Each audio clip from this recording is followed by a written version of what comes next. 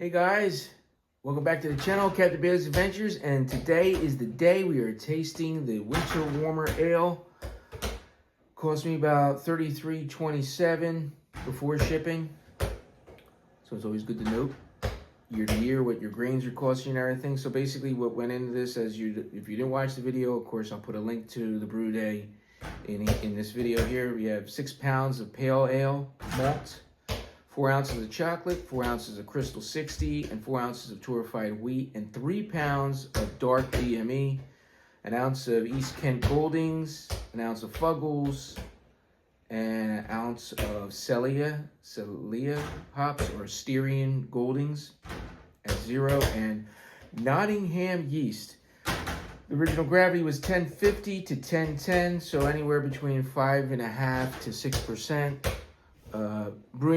Putting the numbers into the software I use on the computer, Brewer's Friend, came out to be about 6.2 or something like that, or 6.5, I forget. But let's give it a nose, shall we? Yeah, sweet, malty. Yeah. Anytime I use the Crystal 60, I always get like a sweetness in the brew. All right, cheers. The head was bigger, but it's gradually dying down. And it really is cold. The glass is frosted over. It's a brownish ale looking color. I know this light makes it look like a stout, but it is what it is. If you look at it from an angle from where I'm seeing it, it's a reddish, dark brownish, reddish hues to it. All right, cheers, guys.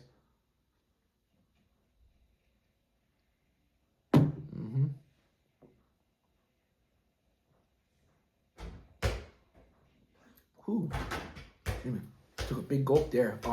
Yeah, sweet, more of a sweet malty character. I think when it warms up a little bit, you'll be able to taste more of the hops. But it is ice cold. I just poured it. So, yeah, the lacing going on there. So that's looking pretty. Yeah, I think with these British type of ales that I've been doing from that book, they all have a similar flavor. Like this tastes similar to a bitter to me, an English bitter, as well as I think that Hobgoblin ale I did last Christmas. It has similar notes to that.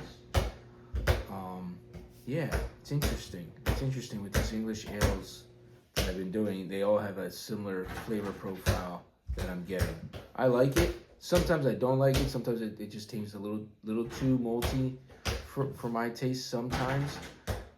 Other times I really do dig it. I guess it just depends on my palate or whatever. And, and it is what it is. It's always an experiment. So this is another first time for me with this Winter Warmer Ale. Does not taste anything at all as Samuel Smith's, and we know that.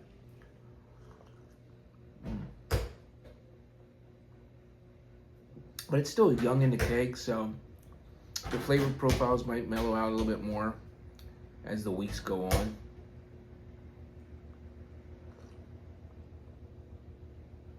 But you got that a little bit of roastiness, chocolateness, I guess, from the dark DME and the chocolate malt.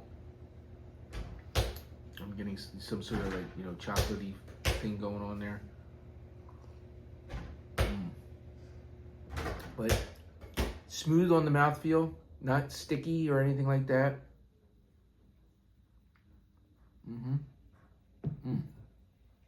But yeah, so it's 2026, new year, first brew of the year, and it's a win as always. And looking forward to what's next. So I have a couple weeks to plan that out. I don't know if I'm going to do another experimental brew or just go to my list of go-tos for that I always go to. Yeah, see, I just burped right there, and I'm tasting the Fuggles and the hops, the English hops. I'm tasting that on the back end when you burp, which is cool. Then you really get that flavor of the hops. Yeah. So I've been doing this for like let's see. Going back in here, I really didn't date my early stuff.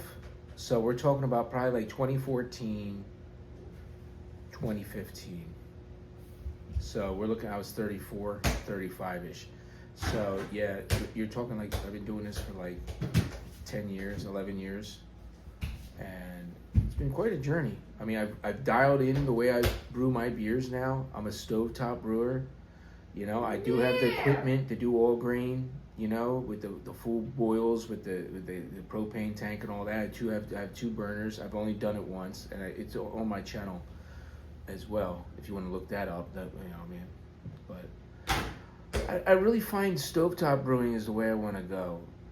You know, boiling it outside in the elements and everything, it's cool, I guess, but I just find it so much easier just to do it in the stove because I don't have to watch it. I don't have to literally just stand there. I'm afraid of boilovers and things like that, boiling outside and things like that. You don't want to mess. You got to stand there with it the whole time. Brewing in the house, I just freaking just let it go, you know, go about my business and everything like that. So, I mean, for me, that works. And for those of you guys that, you know, I'm an inspiration to, I know I have a couple guys that have been commenting on my channel that you know, they enjoy my content, and, you know, I'm pushing them towards brewing. Well, I say do it, try it, you know. If you have a local homebrew shop, go in there, ask questions. A lot of times with the local homebrew shops, they'll have pre-made kits. They'll have a little bag of grains or steeping grains that you boil for like 30 minutes or something like that, and then you add the DME like I do, the malt extract, and basically do it that way. Or you can do, you know, get into the equipment and buy, you know, the propane burners or you know, with the big pots like I have, and then do a whole 5-gallon boil and do all grain. But all grain, like for me, that's an 8-hour process, and I'm not into that. But even with this partial mash, as it's called, you boil for an hour and add your hops in, and then just at the end you add your DME, the dry malt extract, and it's, you know, it's partial extract. So basically you're doing half the boil, and then you're adding the powder in, and that brings you up to your levels for 5 gallons of beer.